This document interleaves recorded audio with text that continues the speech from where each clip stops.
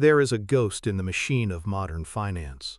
It lives in the flashing red and green numbers on your screen, in the breathless headlines that scream of market highs and catastrophic lows, in the pit of your stomach when you watch your life savings evaporate in a single trading session.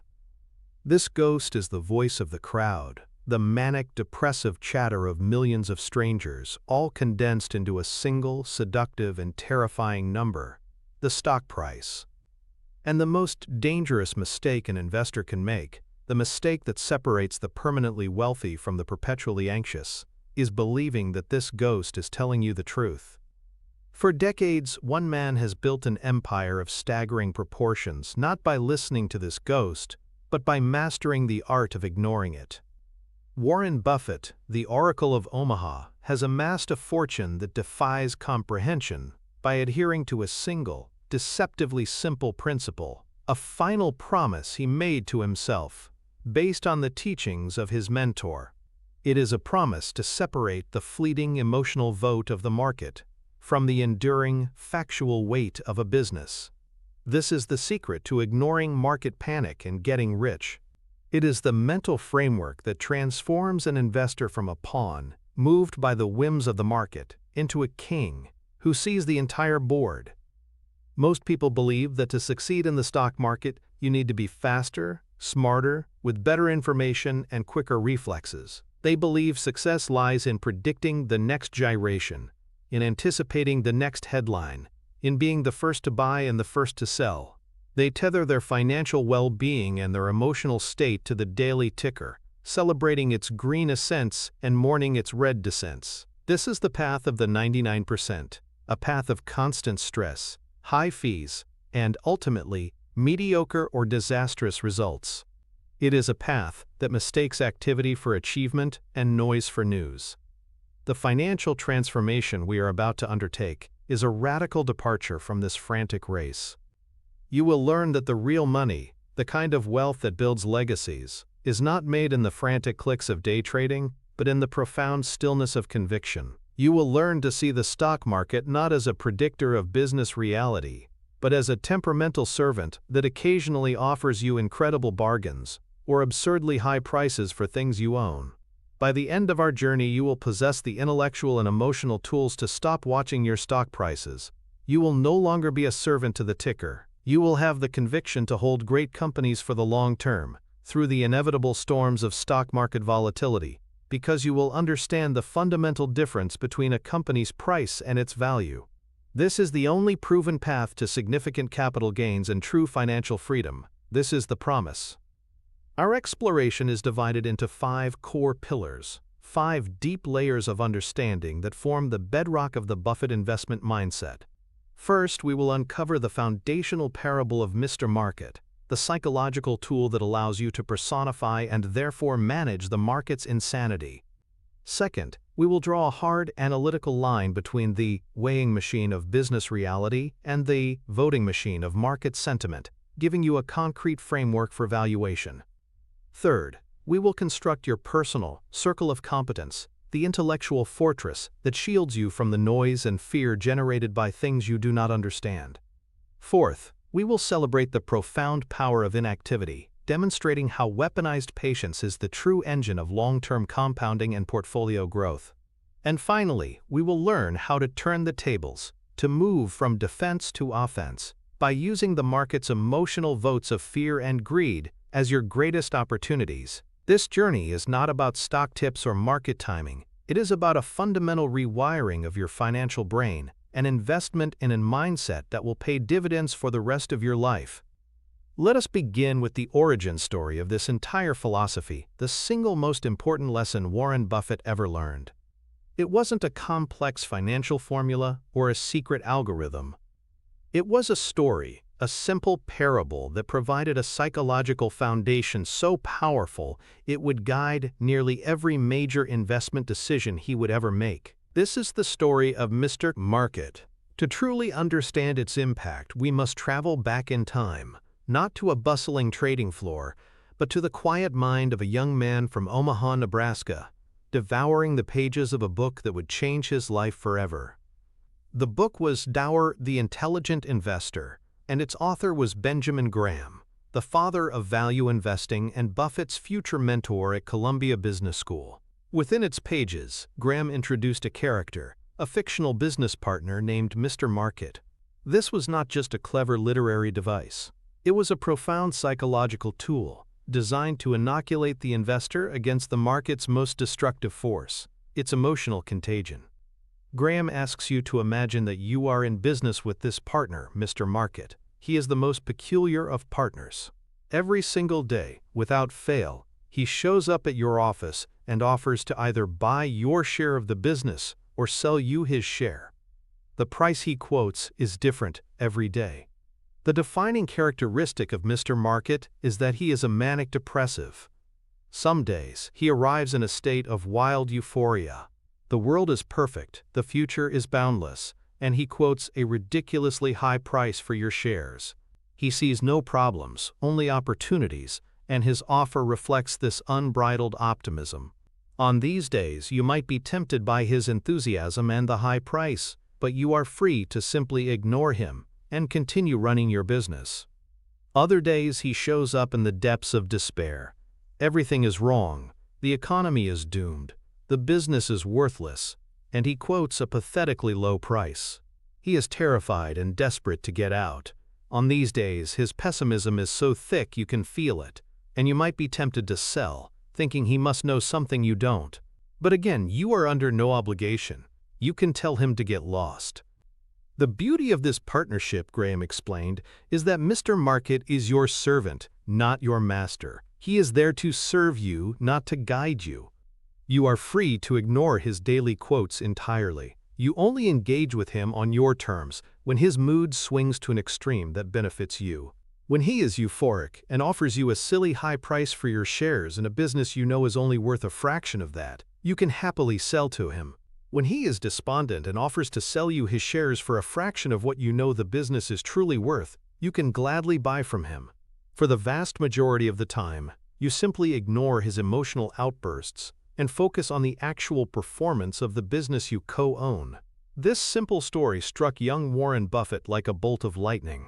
He realized that the stock market, with its daily, hourly, and even minute-by-minute price fluctuations, was nothing more than Mr. Market, yelling prices at you from a screen.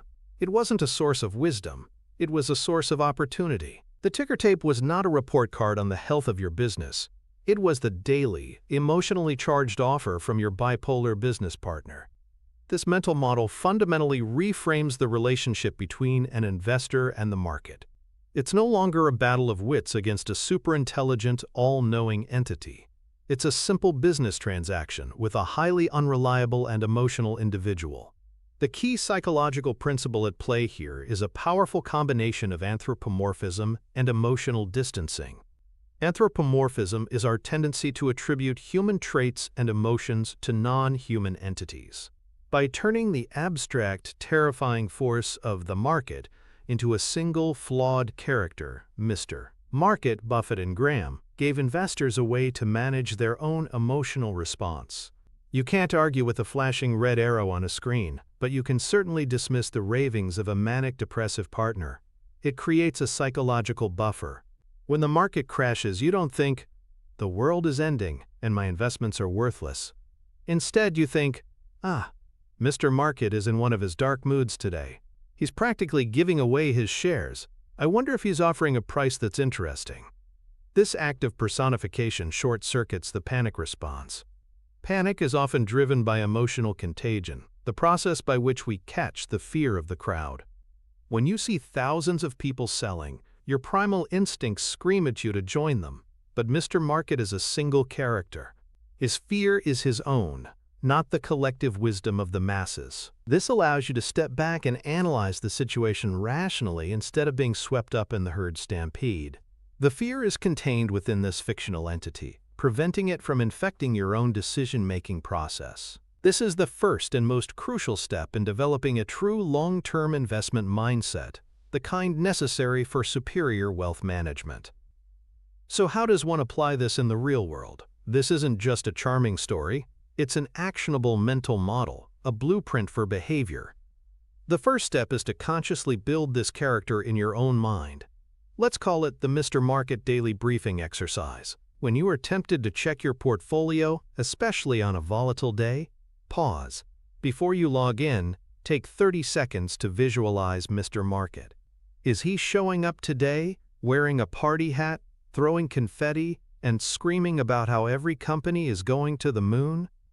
Or is he dressed in rags, weeping about an impending stock market crash, and offering to sell you his stake in the world's greatest companies for pennies?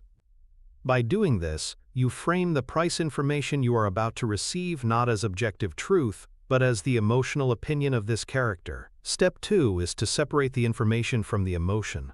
When you see a price, your internal monologue should be, okay, that's the price Mr. Market is offering today. It is not the value of your stock.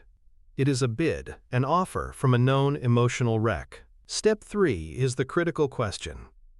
Is his offer today based on a temporary emotional state, or has something fundamentally and permanently changed about the long-term prospects of the business I own?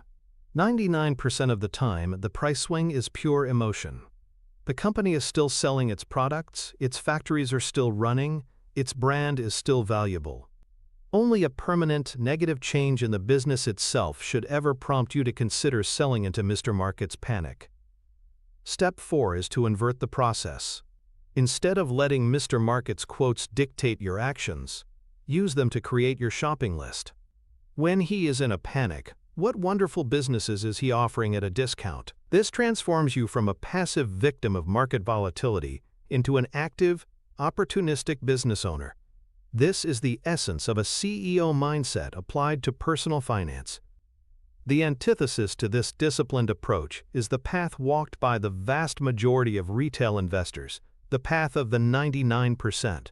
This is the mindset of the day trader, the screen watcher, the person who believes they are playing the market. They don't see Mr. Market, they see a video game. The flashing green numbers are points they are scoring, and the red numbers are points they are losing. Their emotional state is directly tied to the screen. A good day on the market is a good day in their life. A bad day on the market is a crisis. They react to every piece of news, every rumor, every analyst upgrade or downgrade. They see a stock price rise and are consumed by the fear of missing out, so they buy at the top.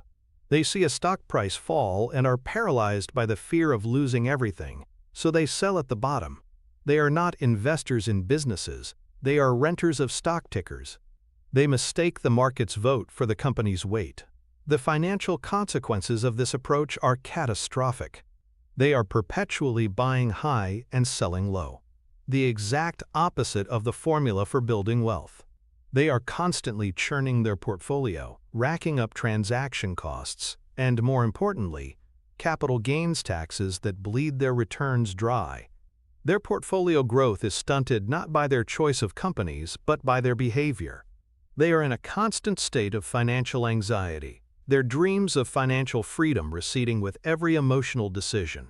They are not using Mr. Market as their servant. They are his slave, responding to every crack of his emotional whip. The direct financial connection of mastering the Mr. Market parable is profound and can be measured in cold, hard cash. The single greatest destroyer of long-term returns for the average investor is not poor stock picking, it's poor behavior.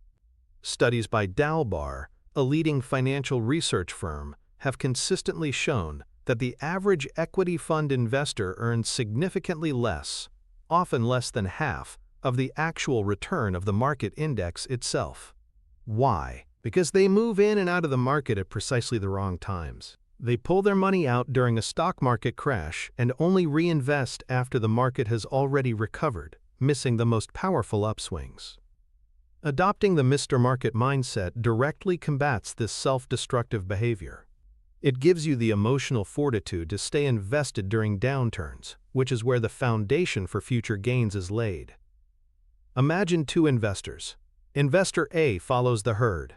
They invest $100,000. The market drops 20%. Panicked, they sell, turning a paper loss into a real $80,000 portfolio. They wait for things to feel safe again, but by then the market has already rebounded 30% from its low. They buy back in, but they have permanently missed that crucial first leg of the recovery. Investor B, who has internalized the Mr. Market lesson, also sees their $100,000 portfolio drop to $80,000.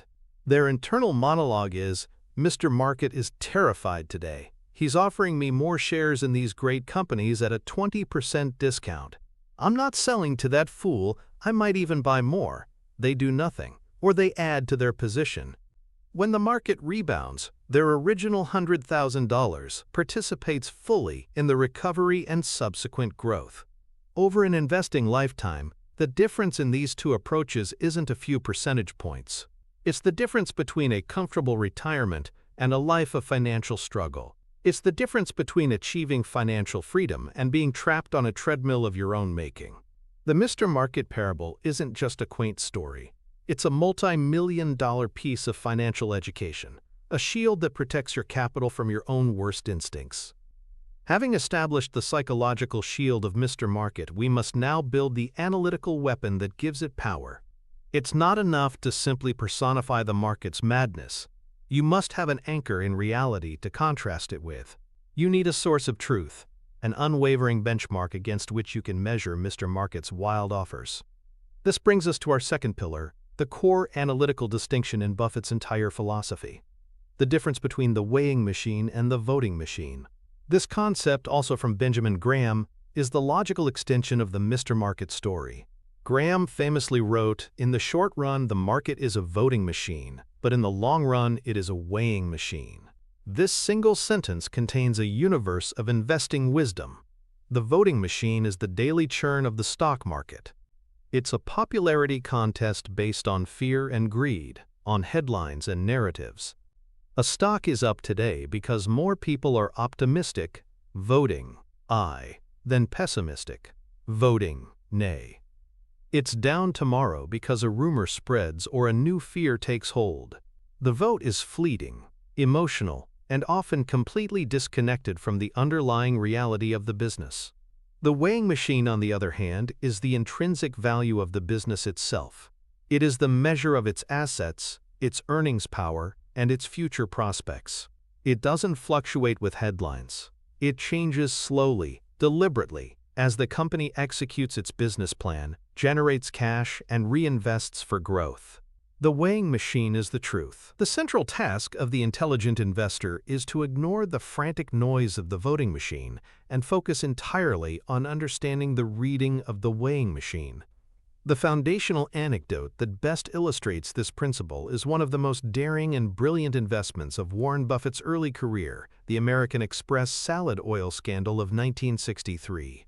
It's a story of corporate fraud, market panic, and one man's relentless focus on weighing a business while everyone else was frantically voting. The story begins with a small, unassuming company in New Jersey called Allied Crude Vegetable Oil. Its owner, a man named Tino DeAngelis, had devised a massive fraud.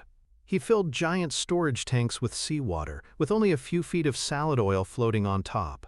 He then used this inventory of salad oil as collateral to get huge loans from various banks and financial institutions, including a subsidiary of American Express that specialized in warehousing receipts. When the fraud was discovered, Allied Crude Vegetable Oil collapsed overnight, defaulting on over $175 million in loans, a colossal sum at the time.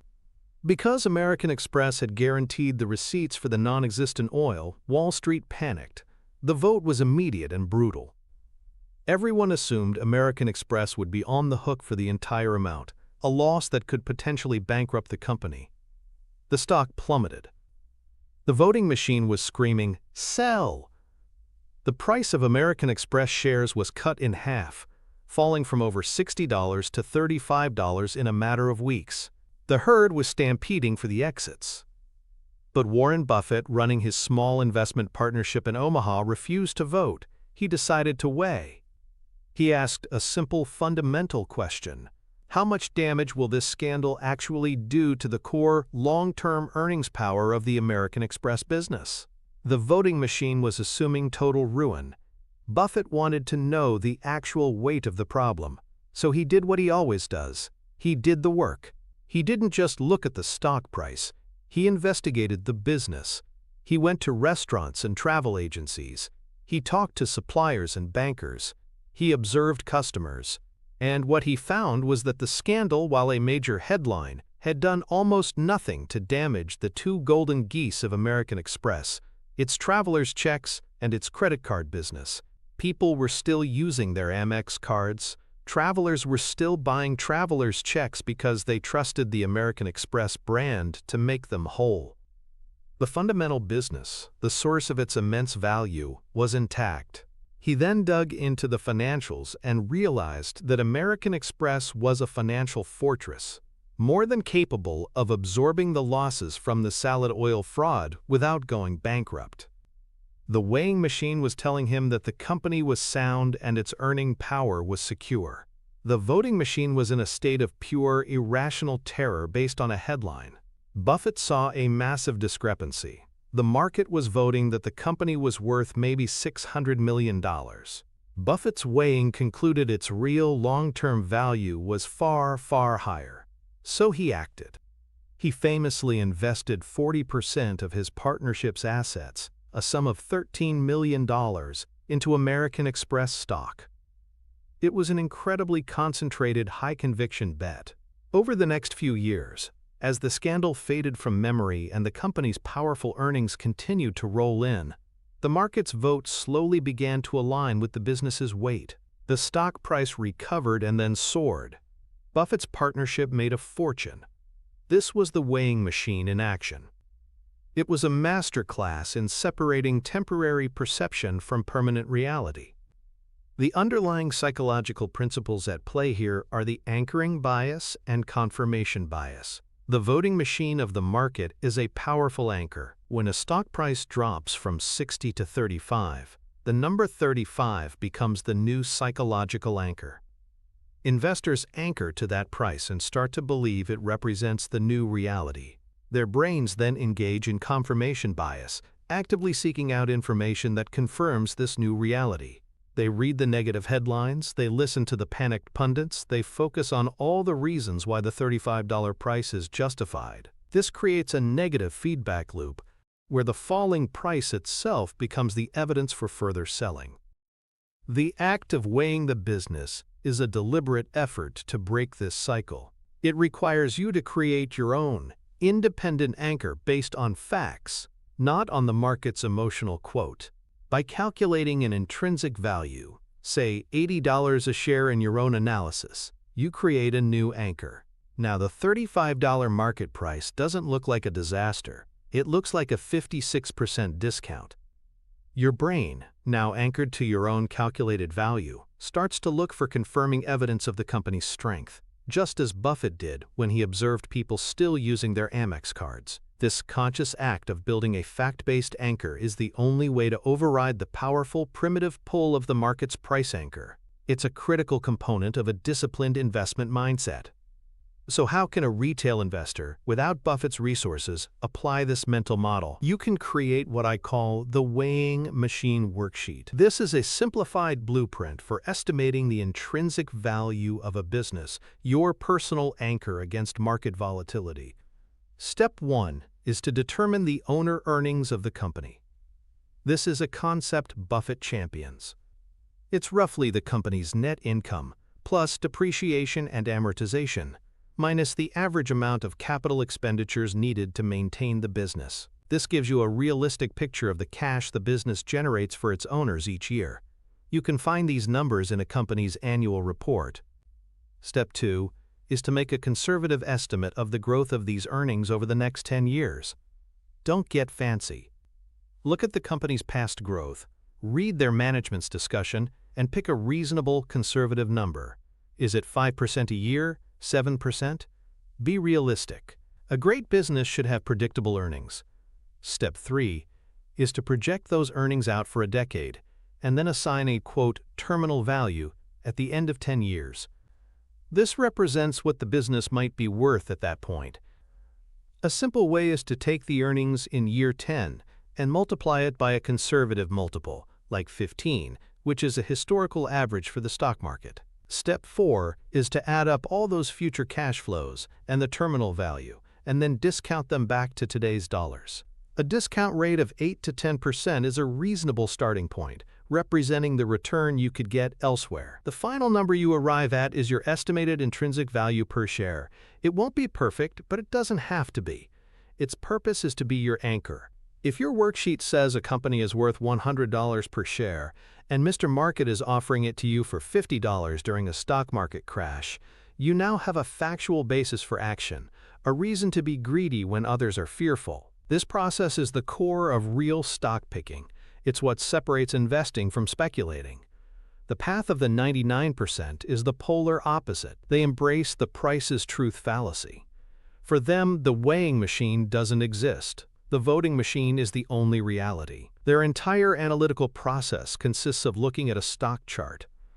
If the line is going up, it's a good stock. If the line is going down, it's a bad stock. They will justify buying a ridiculously overvalued company simply because it has momentum. They will sell a wonderfully profitable, temporarily cheap company because the trend is down. They have completely outsourced their financial decision-making to the most emotional, unreliable narrator in the world, the stock ticker. This leads to disastrous financial outcomes. They are the ones who bought technology stocks in late 1999 because the voting machine was euphoric, only to see the weighing machine assert itself in the crash of 2000. They are the ones who sold bank stocks in March of 2009 because the voting machine was suicidal, just before one of the greatest bull market runs in history began. They live in a world devoid of anchors, tossed about by the waves of market sentiment.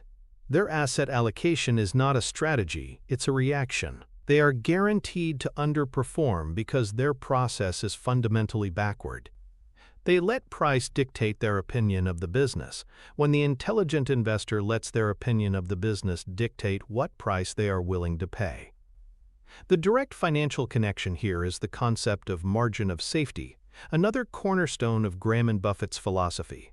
When you weigh a business and determine it is worth $100, and you are able to buy it for $50 from a panicked Mr. Market, you have a $50 margin of safety. This margin has two crucial financial benefits.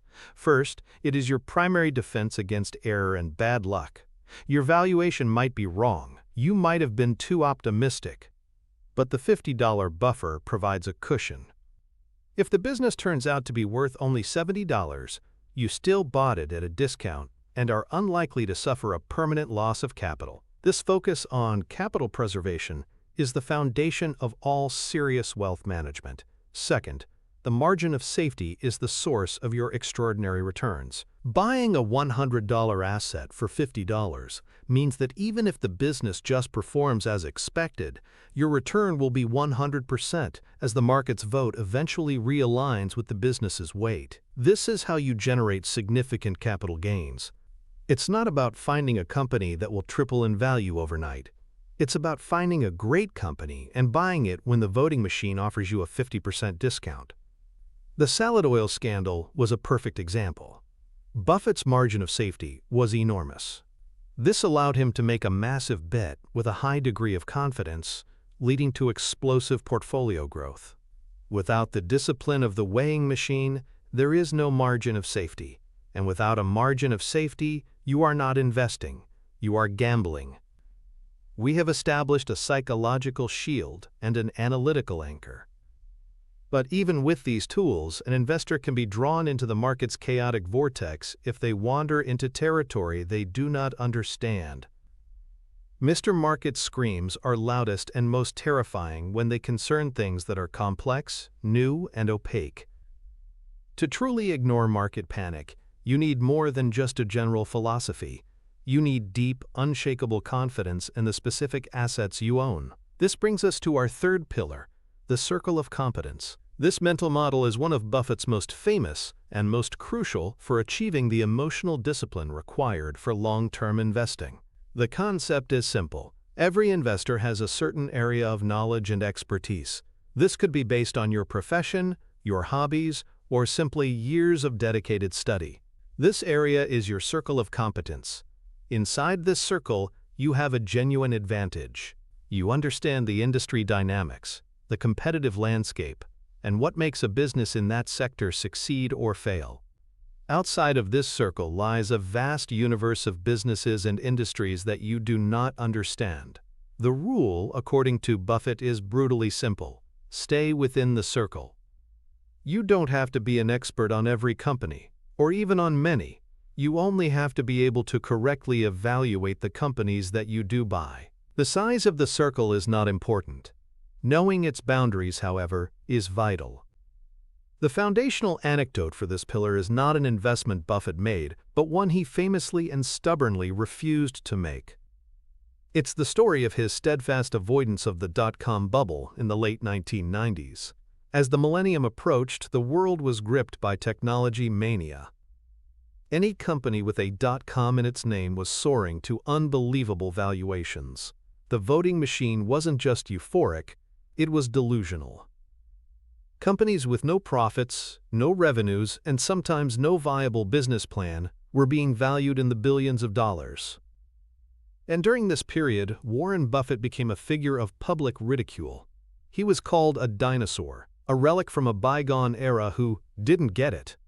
Barron's, a prominent financial magazine, ran a cover story in 1999 titled, "What's Wrong, Warren?" lamenting his poor performance as tech stocks left his stodgy old economy holdings like Coca-Cola and Gillette in the dust. His company, Berkshire Hathaway, was dramatically underperforming the S&P 500. The pressure to join the party was immense. His shareholders were questioning him. The media was mocking him. Mr. Market was screaming day after day that he was a fool. But Buffett did not budge. His reasoning was simple, and he stated it publicly, time and time again. He didn't understand these technology companies. He couldn't confidently project their earnings 10 or 20 years into the future. He couldn't identify a durable competitive advantage for them. He couldn't weigh them. Because he couldn't weigh them, he had no anchor, no sense of their intrinsic value. And because he had no anchor, the sky-high prices quoted by the voting machine were utterly meaningless to him. They were just noise. It wasn't that he was anti-technology. It was that he was pro-certainty. His circle of competence included businesses like insurance, banking, consumer goods, and railroads, industries he had studied for decades. It did not include fiber optic networks or internet pet food retailers. So he simply did nothing. He sat patiently, holding cash and his portfolio of understandable businesses, while the world went mad around him. Then, in March of 2000, the bubble burst. The voting machine swung from euphoria to terror. The Nasdaq, the tech-heavy stock index, lost nearly 80% of its value over the next 2 years. Trillions of dollars of speculative wealth vanished. The companies that had been praised as the new paradigm went bankrupt. The investors who had chased the hype were financially and emotionally devastated. And Warren Buffett, the dinosaur, was proven to be the oracle once again. His refusal to step outside his circle of competence didn't just save him from catastrophic losses, it preserved his capital, allowing him to be a buyer of assets when they became cheap again. This was the ultimate act of emotional investing discipline, a discipline born not of arrogance but of profound intellectual humility. The underlying psychological principle at work here is a powerful antidote to the Dunning-Kruger effect and the illusion of control. The Dunning-Kruger effect is a cognitive bias whereby people with low ability at a task overestimate their ability. In a raging bull market, everyone feels like a genius. A rising tide lifts all boats, and investors start to confuse luck with skill. They believe they have the magic touch, that they can pick winners in any industry, regardless of their actual knowledge. This is compounded by the illusion of control, our tendency to overestimate our ability to control events. The constant flow of information, the ability to trade with a click, all create the feeling that we are in command. The circle of competence is a deliberate act of intellectual humility that shatters this illusion. It forces you to ask the hard question, do I really truly understand this? It replaces overconfidence with a sober assessment of your own limitations. By defining what you don't know, you protect yourself from your own worst cognitive biases. When a hot stock in a field you don't understand starts to soar, The circle of competence allows you to say, "That's wonderful for them, but it's not a game I'm qualified to play." This prevents the fear of missing out, FOMO, from driving you to make reckless bets. It is a fundamental principle of risk management, applied at the personal, psychological level. So how can you, as an entrepreneur or retail investor, apply this? You must consciously engage in the process of mapping your circle. This is a practical, step-by-step exercise. First, take out a piece of paper and draw a large circle. Inside the circle, you will write down the industries and types of businesses you genuinely understand. To qualify, you must be able to answer 3 questions affirmatively. Question 1. Could I explain this business and how it makes money to an intelligent 10-year-old in 3 minutes or less? If you can't simplify it, you don't understand it. Question 2. Can I reasonably identify the main long-term competitive advantages of this business? Is it a strong brand, a low-cost production process, a network effect, a regulatory barrier? If you can't name the moat, you can't trust the castle. Question 3. Can I make a conservative projection of this company's earnings power over the next 5 to 10 years with a reasonable degree of confidence? If its future is a complete mystery, it's outside your circle. Your profession might place certain industries inside your circle. If you're a doctor, you understand healthcare. If you're a software engineer, you might understand certain tech businesses. Your hobbies might help too. If you're a passionate gamer, you might have insights into video game companies. Once your circle is mapped, you make a pact with yourself. You will only do your serious stock picking from within this circle. Everything else is off limits. This doesn't mean you can't learn and expand your circle over time through diligent study. But you don't do your learning with your life savings on the line. This process provides an incredible sense of clarity and peace. It shrinks the overwhelming universe of thousands of stocks down to a manageable few that you are uniquely qualified to analyze. The antithesis, the path of the 99%, is the path of the FOMO investor. This person has no circle of competence, only a circle of concern. They are concerned with whatever is hot, whatever is being talked about on social media or financial television. One month they are an expert on cryptocurrencies, the next they are an expert on electric vehicle startups, the month after that it's biotech. They are a jack of all trades and a master of none. Their research consists of reading a few headlines or watching a YouTube video. They mistake familiarity with a company's name or product for a deep understanding of its business model and financials. They are constantly chasing narratives. Because they have no deep foundational knowledge of what they own, they have no conviction. When the stock they bought on a tip starts to fall, they have no basis for deciding what to do. They don't know if this is a temporary dip, a chance to buy more, or the beginning of a catastrophic decline. Their ignorance makes them brittle. The slightest bit of market volatility shatters their confidence, and they panic sell, often at a significant loss. They are doomed to repeat this cycle, jumping from one hot trend to the next, leaving a trail of financial wreckage behind them. They are playing a game where they have a permanent structural disadvantage, and they don't even know it. The direct financial connection of adhering to your circle of competence is about avoiding the zeros. In portfolio growth, avoiding big losses is far more important than picking the biggest winners. If you have a $100,000 portfolio and it loses 50%, it drops to $50,000. To get back to even, you now need a 100% gain, a much harder feat. Staying within your circle of competence is the single best way to avoid these catastrophic, portfolio-crippling losses. The dot-com bust is the perfect case study. Investors who stuck to what they knew, buying shares in profitable, understandable businesses, may have underperformed in 1999, but they preserved their capital. Those who ventured out into the speculative frenzy of internet stocks saw their net worth decline by 70, 80, or even 100%. The long-term impact on their ability to achieve financial freedom is staggering. A single, massive loss can set you back decades.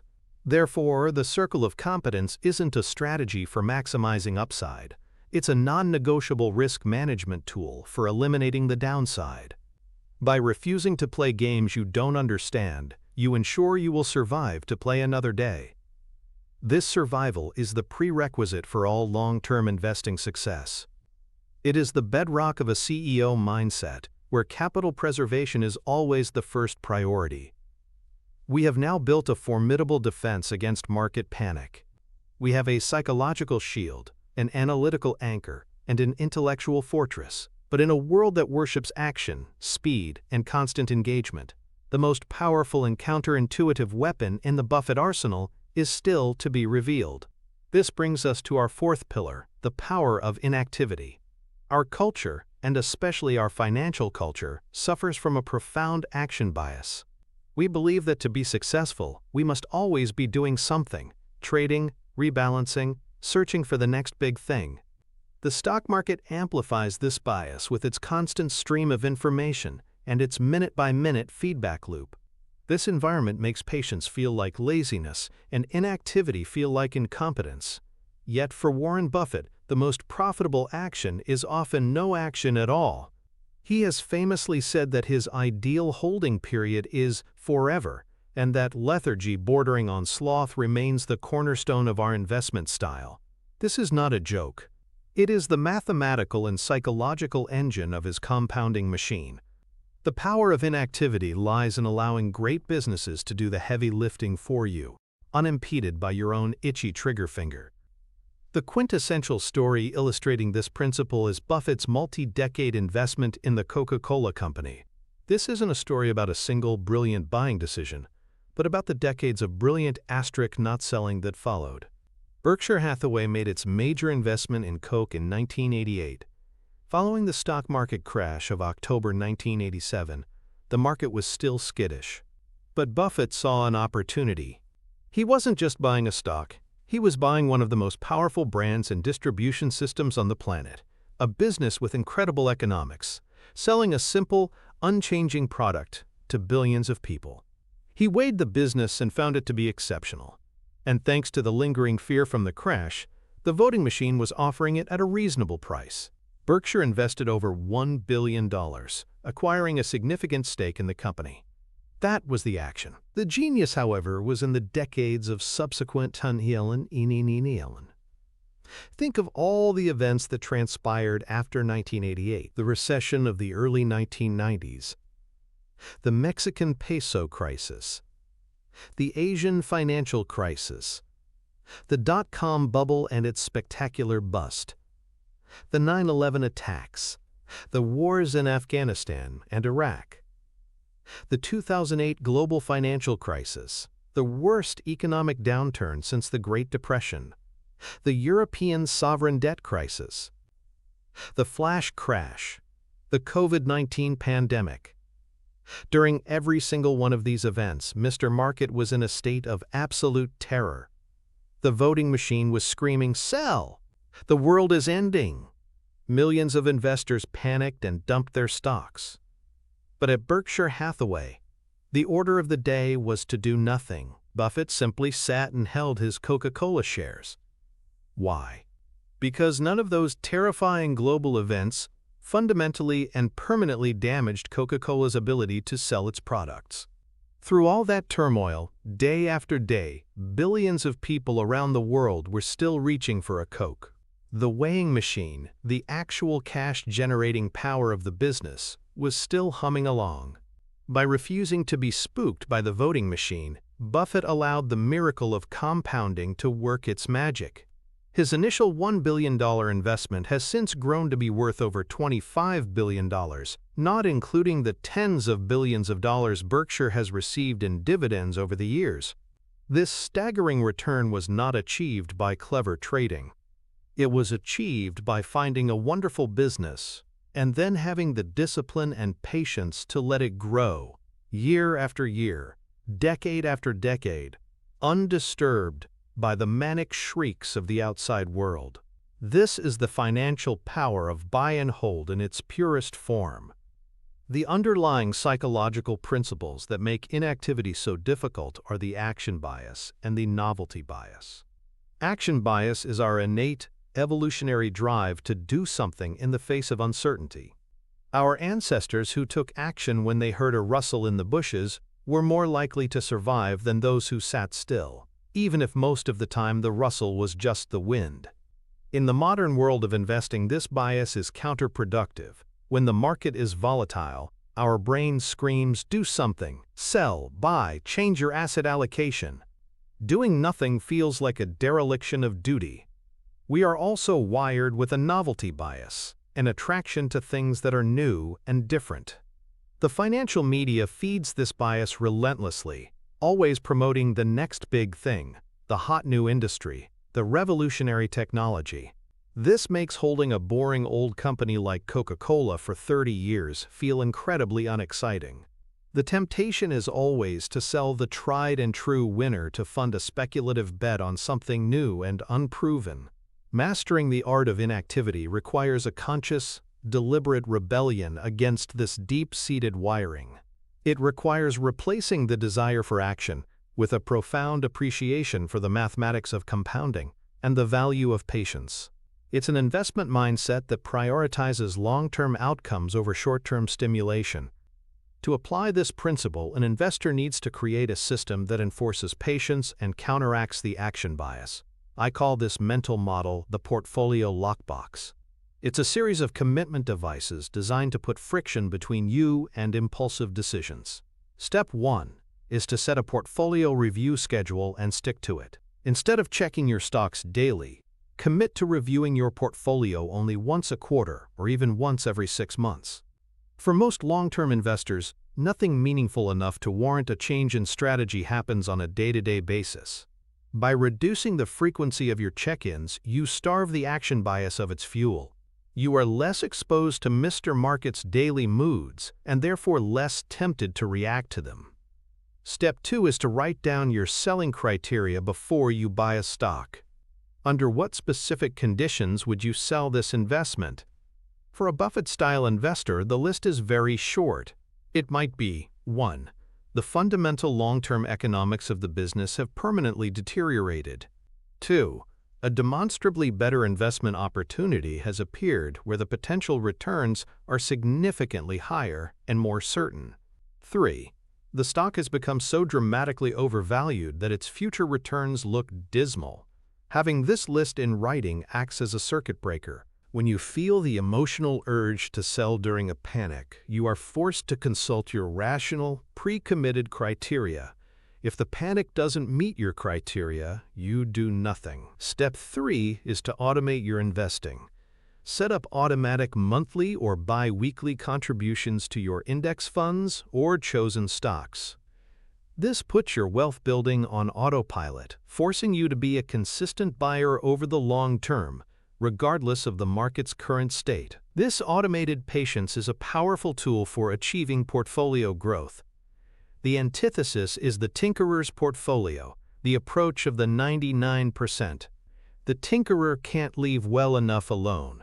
They are constantly fiddling with their investments. They sell their winners too early to lock in a profit and hold their losers too long, hoping they'll come back. They are always chasing the latest trend, selling a solid but slow-growing company to buy a speculative stock they heard about online. Their portfolio is in a constant state of churn. The financial consequences are devastating, even if they are good at picking stocks. First, they are murdered by taxes. Every time they sell a winning stock they've held for a short period, they create a taxable event, often at a high short-term capital gains rate. This is a direct, guaranteed reduction of their returns. Buffett's long-term hold on Coke, by contrast, has allowed the investment to grow almost entirely tax-deferred. Second, they incur constant transaction costs.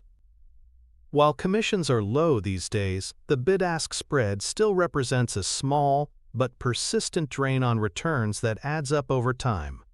Third, and most importantly, they never truly let compounding work its magic. Compounding is a process that needs long, uninterrupted stretches of time to create exponential growth. The tinkerer is constantly pulling up their saplings to see if the roots are growing, ensuring they never grow into a mighty oak. Their quest for action and novelty actively prevents them from achieving the financial freedom they seek.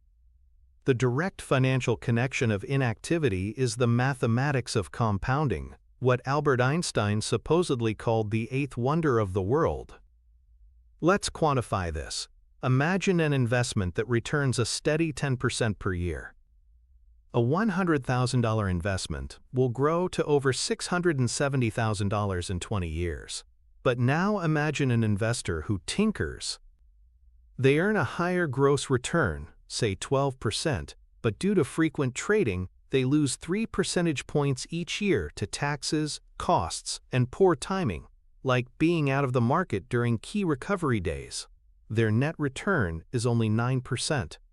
After 20 years, their $100,000 investment is worth only $560,000, over $100,000 less, despite starting with a better gross return.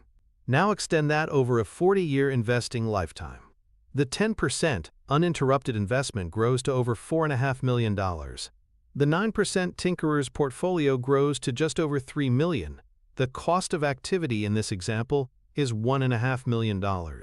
This is the staggering financial power of doing nothing. The greatest value in a wealth management strategy often comes not from the brilliant moves you make, but from the stupid ones you don't make.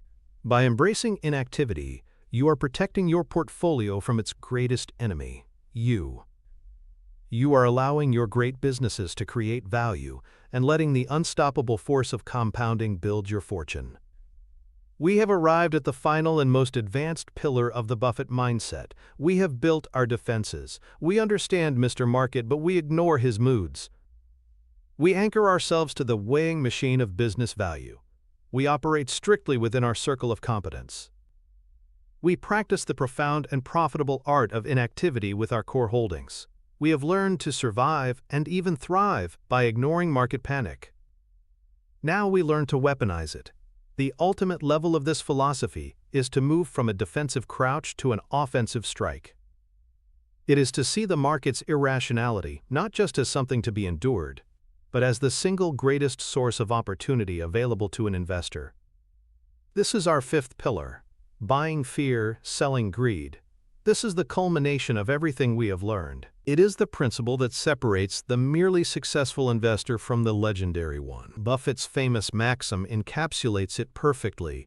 Be fearful when others are greedy, and greedy only when others are fearful. This is not just a clever turn of phrase.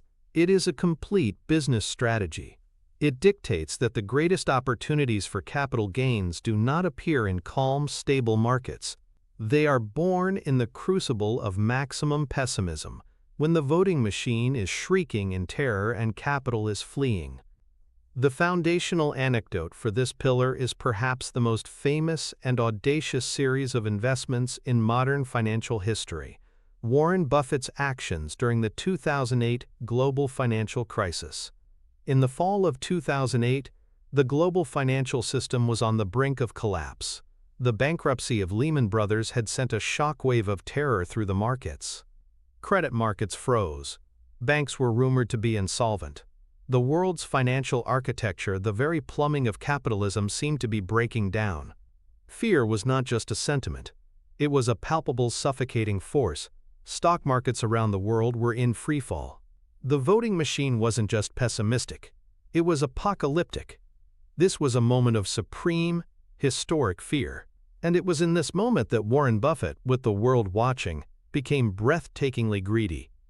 He didn't just buy a few beaten-down stocks. He became the lender of last resort to the titans of American capitalism themselves. In September 2008, he invested $5 billion in Goldman Sachs, one of the most prestigious investment banks in the world, which was then fighting for its survival. The terms were extraordinary. Berkshire Hathaway received preferred stock paying a 10% annual dividend, a $500 million a year cash flow, and, crucially, warrants to buy $5 billion worth of common stock at a fixed price in the future. A few weeks later, he did a similar deal with General Electric, investing $3 billion. Then, in 2011, with the fear of the crisis still lingering, he struck again, investing $5 billion in Bank of America under similarly favorable terms. These were not passive stock market investments. These were direct injections of capital and, more importantly, confidence. The Buffett seal of approval, was a signal to the world that these institutions were not going to fail. But make no mistake, these were business decisions made at a time of maximum fear. He was buying when there was, quite literally, blood in the streets. The results were astronomical. The dividends alone from these deals poured billions of dollars into Berkshire's coffers. But the real prize was the warrants. As the panic subsided and the government-backed bailouts stabilized the system, the stock prices of these companies recovered dramatically. Berkshire exercised its warrants, buying shares at the crisis-era prices and either holding or selling them for massive gains. The Goldman Sachs investment alone ultimately netted Berkshire Hathaway a profit of over $3 billion. The Bank of America investment has generated a profit well in excess of $20 billion. These investments, made in the teeth of the worst financial panic in 80 years, were a masterclass in being greedy when others are fearful. Buffett was able to act with such conviction because of the other four pillars. He treated the market as a manic, depressive Mr. Market, Pillar 1. He had weighed these businesses and knew that, with government support, their long-term earning power was intact, Pillar 2. He was operating squarely within his circle of competence. He understands banking and finance better than almost anyone, Pillar 3. And he had the patience to wait for the thesis to play out, holding on through years of continued volatility, Pillar 4. This was the ultimate expression of the Warren Buffett strategy, using a fortress-like balance sheet and an ironclad psychological disposition to turn widespread fear into generational wealth. The psychological principles that drive these cycles of fear and greed are herd mentality and loss aversion. Herd mentality, or social proof, is our deep-seated instinct to follow the crowd. In ancient times, seeing the herd run was a signal of danger, and running with them was a survival instinct. In financial markets, this instinct is deadly. When everyone is selling, the social proof is overwhelming, and the pressure to join the stampede is immense. Conversely, when everyone is buying and getting rich in a bubble, the fear of being left behind compels people to join the euphoric herd, often at the very top. Loss aversion is the principle, demonstrated by psychologists Daniel Kahneman and Amos Tversky, that for most people, the pain of a loss is about twice as powerful as the pleasure of an equivalent gain. This is why market crashes are so emotionally devastating. A 20% loss feels psychologically like a 40% loss. This intense pain triggers the flight response, causing investors to sell at the worst possible moment to make the pain stop, crystallizing their losses. Buffett's strategy of buying fear is a direct, conscious counterattack against these two powerful biases.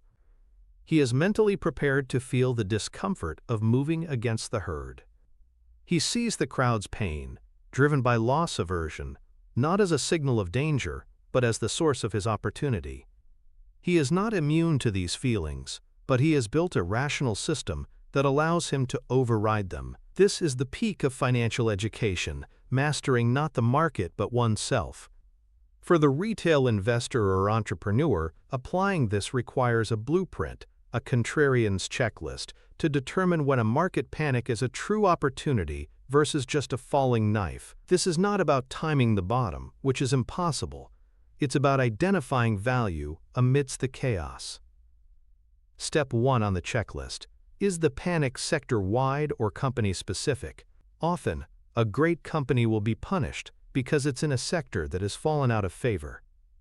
This is an opportunity. If the panic is due to a fundamental, irreversible problem at a single company, like fraud or obsolescence, it's a trap. Step 2. Is the company a high-quality business? Look for companies with strong balance sheets, low debt, a durable competitive advantage, and a history of profitability.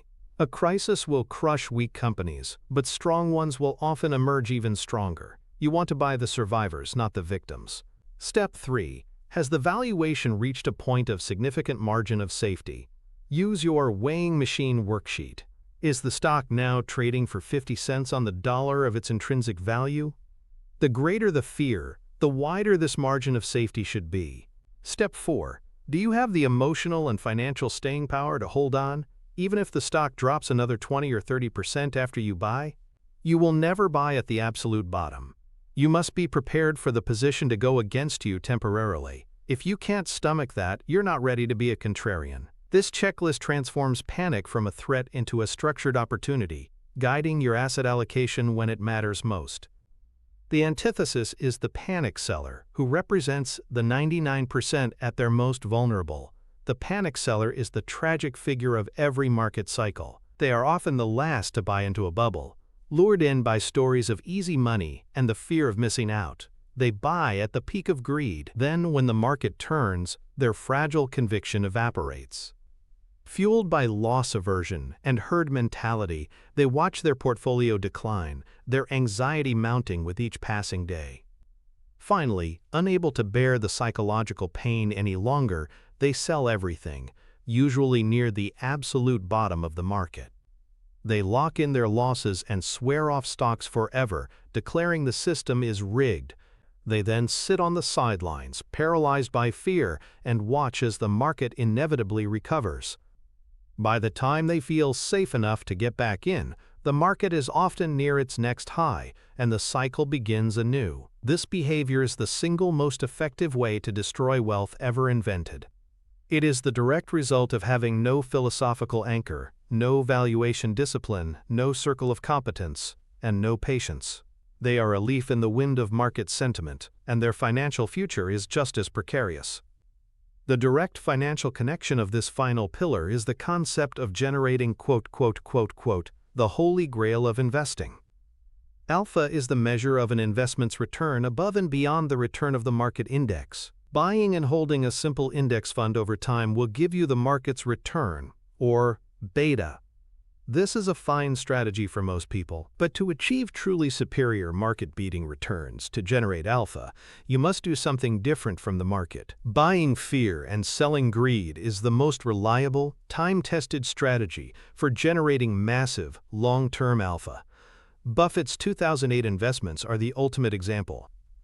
While the S&P 500 was crashing, he was negotiating deals that would provide returns of 20, 30, even 50% or more, with less risk than buying the common stock. This is how you achieve truly transformative portfolio growth. It's not about being a maverick for the sake of it. It's about recognizing that the market's emotional extremes create predictable mispricings of risk and reward. By providing capital when it is scarce, during a panic, you can command incredible terms. By being cautious when capital is abundant and chasing speculative assets during a bubble, you preserve your firepower for when it matters most. Mastering this final pillar is what elevates an investor from someone who simply participates in the market's long-term growth to someone who actively harvests its cyclical follies for their own gain. It is the final step on the path to true and lasting financial freedom. You have just been given a powerful and profound mental tool. You have absorbed the 5 pillars that form the unshakable foundation of Warren Buffett's investment philosophy.